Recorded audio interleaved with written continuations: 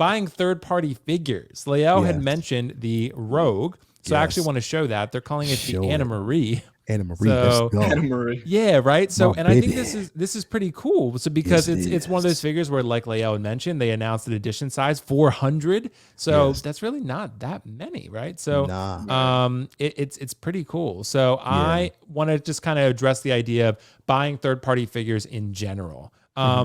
So with you, Riley, on this one, how do you kind of approach this? Do you buy any third-party figures? Do you have tips for people that are beginning into buying this type of thing? Like any sort of strategies that you would recommend to people? Because I know with me, I tend to take certain approaches with it, but I kind of want to hear your guys' thoughts before I jump in. Right. So for me, I actually have never owned a third party, but I've been tempted like with plenty of the ones because there's a lot of really cool third parties out there. And I mean, particularly with like certain figures, like for the best example I can give is of Homelander. Like that figure, I want that figure so badly, like in my collection of a Homelander, but just like getting the actual license to a Star Ace is just like a no-brainer. You can't do that because it just turned out really bad. So I feel like you kind of have to go with third party there. But there's been like so I think they do have the Homelander, but like for me, the tips for me, I'd say is for one thing, if you do really want like a third party figure, I'd say don't wait till like the last minute to get it, because I've heard that third parties are ones that you kind of really can't like be like sideshow. You're like, okay, I'm gonna wait. I'll see if it like blue. It's like it's not like that with pre-orders. Like with third parties, you're always gonna have like a cutoff, and then it's just gone from like usual sites. It'll be in stock in some places, but by the time it actually releases, for the most part, it's gonna be gone. Like you're not gonna be able to find it. But and another tip I'd say is also like do your research with each third party company. I think that's super important because there's a lot of third parties like previously like that have had issues with figures, like a lot of big issues, and you may not know that, and you ordered with that company, and then when it finally comes out, you're kind of annoyed because like it didn't really turn out what the proto is, because a lot of these third parties, like the protos look fantastic, and then when it comes to the final, it's like takes a whole 180 turn and it's just horrible. So you have to be really careful. This one, for instance, I know Willie, this is one that's you really like. I know the Cloud, or what is it? What Cloud, company made it? Cloud Strife. The Game Toys, right? Game Toys, it looks really good, dude. But that's the best advice I'd say. I'd say if you do really want to pre-order one, I mean their NRDs I think are like $40. So I feel like the risk for me with certain figures, like the Homelander, for instance, like if there was a really good looking third-party Homelander, I'd pre-order it just because it's like, I think it's like probably $35 or 45 on the NRD. And then if it does turn out so bad, like I'm just going to be like, okay, I lost $35 on the shot of getting a character I really want in my collection. So I'd say just make sure to pre-order the ones that you do really want, because I know they sell out lately. And especially with with the limited releases, I would not take my chances on that. That's what I'd say. Right. What about you, Leo? What kind of, I know you buy third party just like I do, but maybe even more. What'd you say, Leo? Yeah.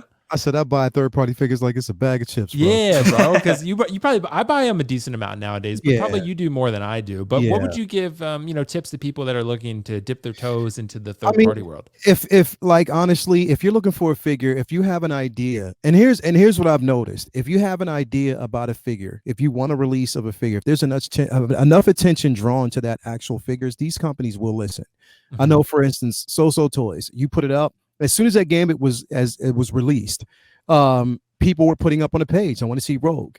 I actually put a picture of Rogue, and the guy that owns it, he hit up, or he actually put like an emoji under it, a smiling emoji, and he said shh, like as if it was coming. Nice. So I knew like over a year ago that they were going to drop it.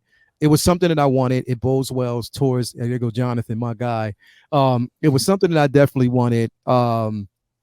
It bodes well for, it's like a nice companion piece next to Gambit. Again, there's their dichotomy, their energy, their synergy. It just works. It was a figure that I wanted. I mean, with these third-party figures, is if there's enough attention, they'll make it. If you draw enough attention to it, they'll make it. Again, and with these companies, like they're coming up. Like for instance, that Boss Man, that Kingpin figure, that is one of the dopest third-party figures I've seen in a long time. Literally, if you don't have that piece, like literally get it. It is amazing. But yeah, this Rogue, I definitely wanted it. Again, listen, you with these figures, it's like some people say, well, it's a hit and miss. For me, if it's something that I've actually wanted, if it's something I needed in my collection, I'm going to actually take that chance, because not, like I said, for me, I like to really support the underdog. Do your research. If there's a figure that you really want, do not, I mean, literally, don't worry about what everybody else is saying. If you want it, get it. These third-party figures are producing really decent figures. My Goblin is a third party from, you know, Toys R Us. So is my Doc Ock. Love them both. My Spider-Man Noir is basically from So Toys. Love it to death. You know, so I have a lot. I have Nightwing, which is basically a third-party figure. That Katana from Suicide Squad is a third-party figure.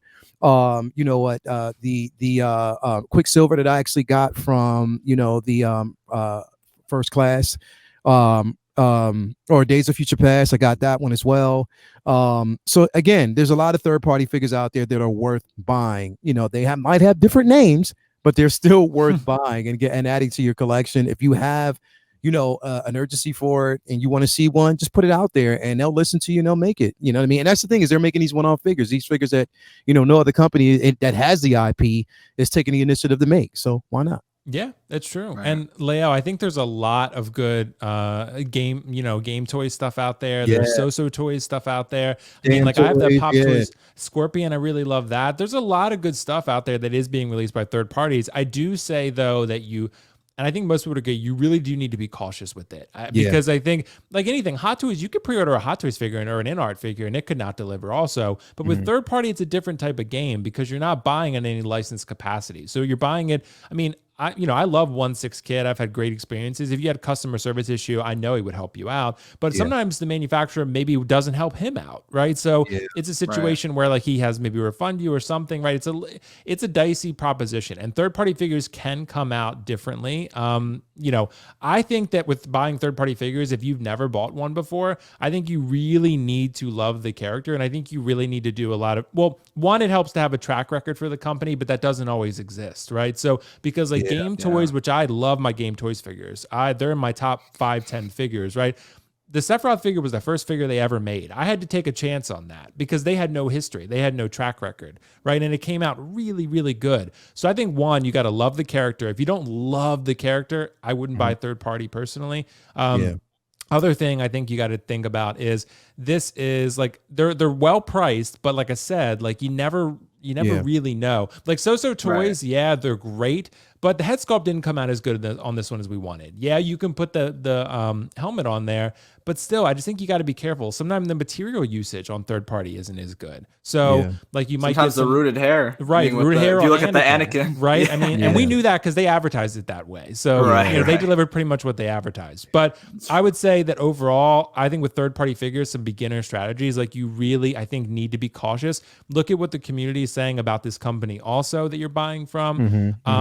The company, the manufacturer, not necessarily the retailer, but the manufacturer. And then I don't know, look, you got to, it's honestly, sometimes you got to make a snap judgment on these things because you just don't know. Like Sephiroth, I looked at it and I was like, I really like that. I'm going to roll the dice, right? It could have turned out terrible, but I really wanted a Sephiroth, right? Yeah. So sometimes like it's that with Bloodsport, right? Like, there's a lot of people who love Bloodsport, but we weren't going to get one from Hot Toys. So it's like, I either get this or don't. Like that Pop Toy Scorpion. I knew nothing about Pop Toys, but it came out great, but I really wanted a Scorpion.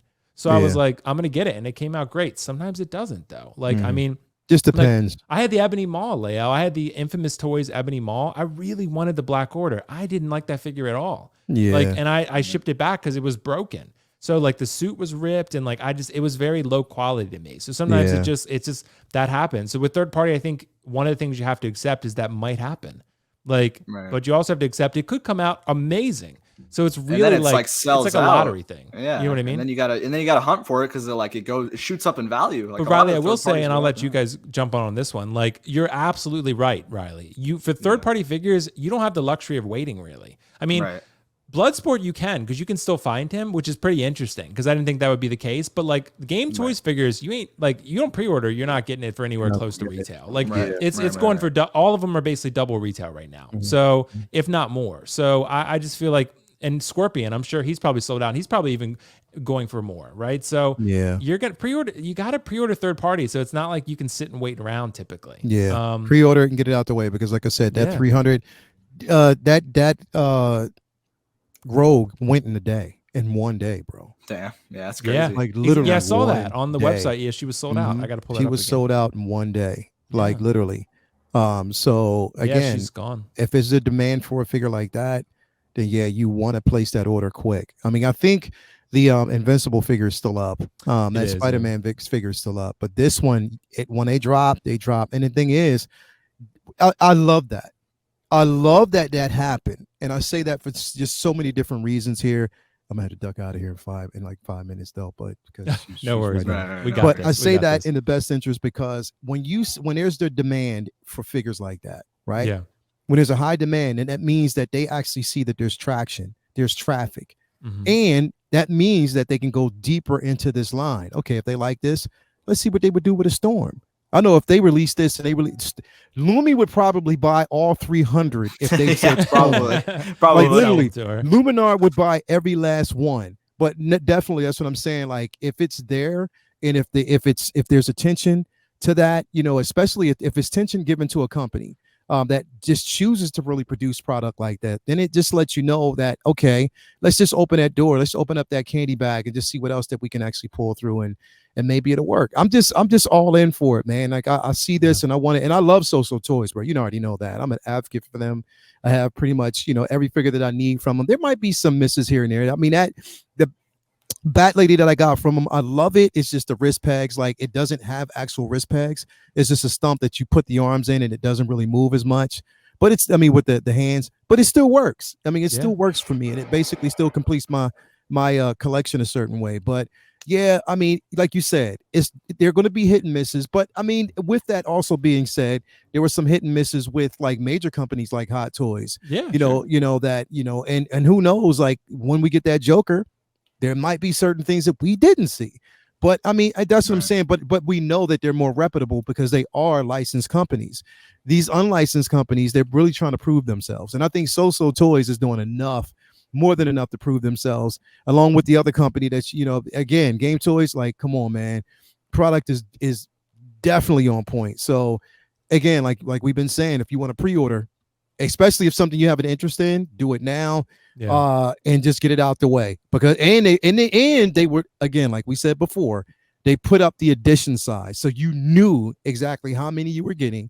So you had to jump on it really, really, really quick. So when they basically decide to release that, you know, if they're going to release, like, say for instance, if they release that Raleigh figure with the churro box, it's only going to it's going to be like 300. Make sure you get that edition size. I heard about that. It's going to happen, bro. Yeah, it's going to happen, bro.